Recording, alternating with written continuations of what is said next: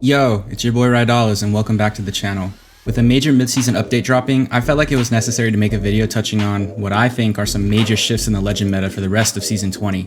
Appreciate all the support on my most recent tier list, and I just want to preface by saying this won't be an official tier list, and I'm not going to rinse every legend that received tweaks in the Shadow Society patch. But I do want to touch on a few legends that impact the current meta, and if you haven't yet, please consider subscribing because it really helps out the channel. All that being said, let's get into it. So we're gonna hit the big one right away.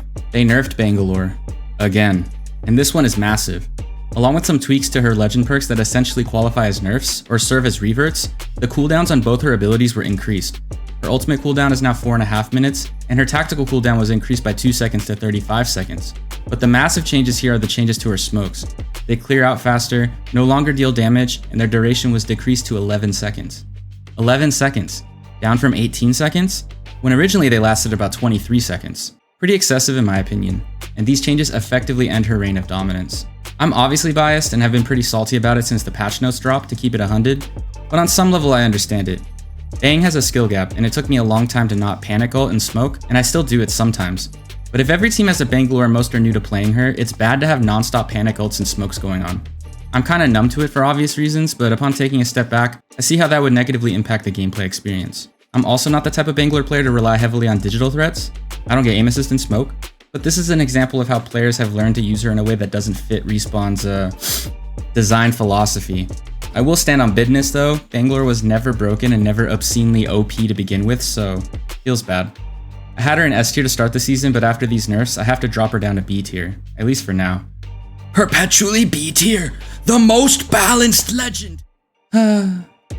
The next legend I want to talk about is Costic.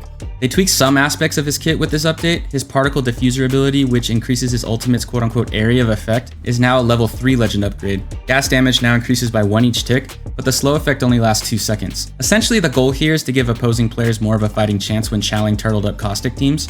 Huh. I guess the devs are capable of balancing legends appropriately. Who would have thought? Jokes aside, this is a positive change in my opinion, but regardless, the Gas Daddy is super strong and incredibly oppressive this season, so definitely worth a look when choosing who to run in your games the rest of the split.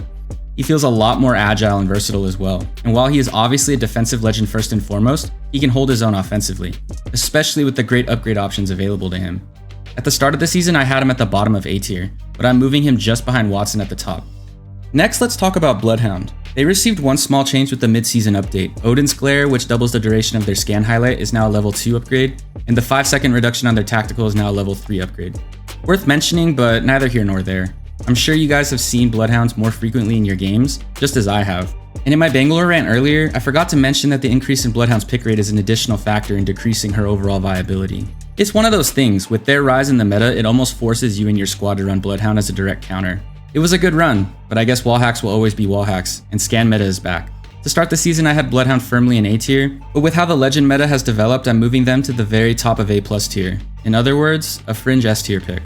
Another controller class legend I want to touch on is Rampart. She didn't receive any tweaks in the mid-season update, but in my opinion is being slept on right now.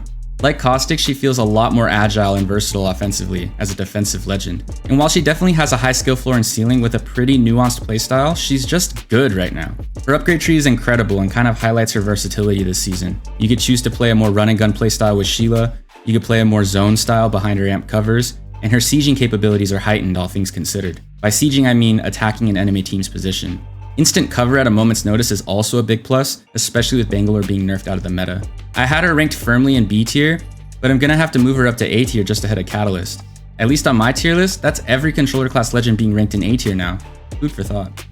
Alright, I'm gonna close this video out with one of my hottest takes ever. Let's talk about Maggie. In Season 16, I had her as a S tier pick, and hindsight being 2020 was admittedly a little premature.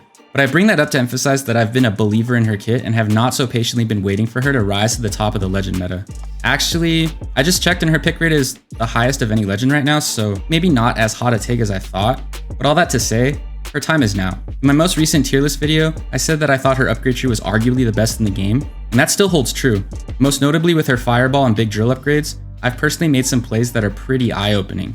Her endgame value is absolutely insane right now as well, and with SMGs essentially being nerfed into the ground, outside of the vault, it's her moment. While I had her basically at the top of A tier to start the season, she's now a S tier pick the rest of the way for me. But yeah, that's all I got. Make sure to hit that like button and let me know your thoughts down below. As always, thank you so much for watching, and I'll see you in the next one. Peace.